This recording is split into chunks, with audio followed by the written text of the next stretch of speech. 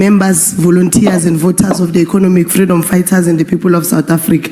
We stand here today to reject the proposed budget vote for minerals and petroleum under the government of neoliberal unity, a government of mistrust, threats and divisions. We do so for the following reasons, and we want to make it clear. In this budget, there is no immediate solution to the problem of mine worker safety. One will expect that with all his experience as a former mine worker and a unionist, the minister will have resolved the challenge of mine safety.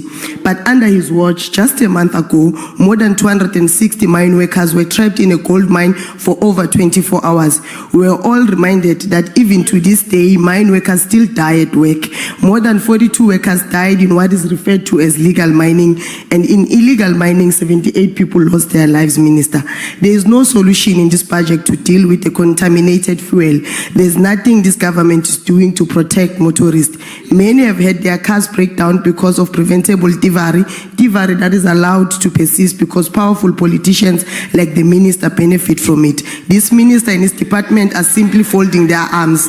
House Chairperson, there is no solution in this budget to resolve the crisis of unregistered mines. Many of these mines are active, but we do not know who owns them. Those on record as owners have abandoned them without fulfilling their legal obligation to rehabilitate the land.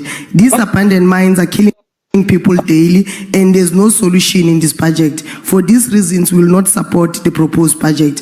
We have called as the EFF for more mining inspectors to prevent mining companies from cutting corners at the expense of mine workers, the environment and our economy. Let's turn to the entities under this department, beginning with Petro SA.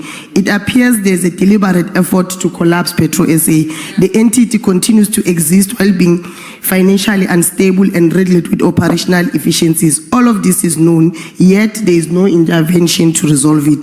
Minetech and the Council for Geoscience are supposed to be at the forefront of research and development in the field of mining and geoscience, but these entities are starved of funding. We are hopeful that with a new online system, permits will be issued more quickly and effectively to the correct owner and for the correct mineral.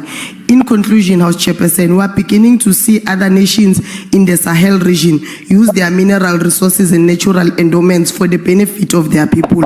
Take, for example, Captain Traore in Burkina Faso is using the country's gold reserves to build roads, electrify communities, and construct clinics and schools.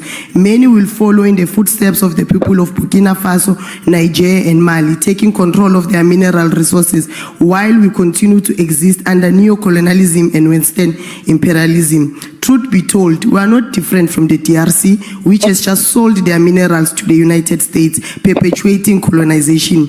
This is who we are. It is the only reason why we have the largest platinum reserves in the world, yet the people of Marikana do not have water.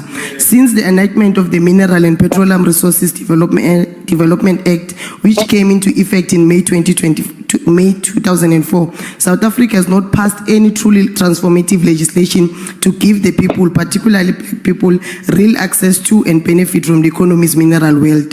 There is still no clarity on how we will move towards beneficiation because the president and his cronies continue to benefit from the crumbs.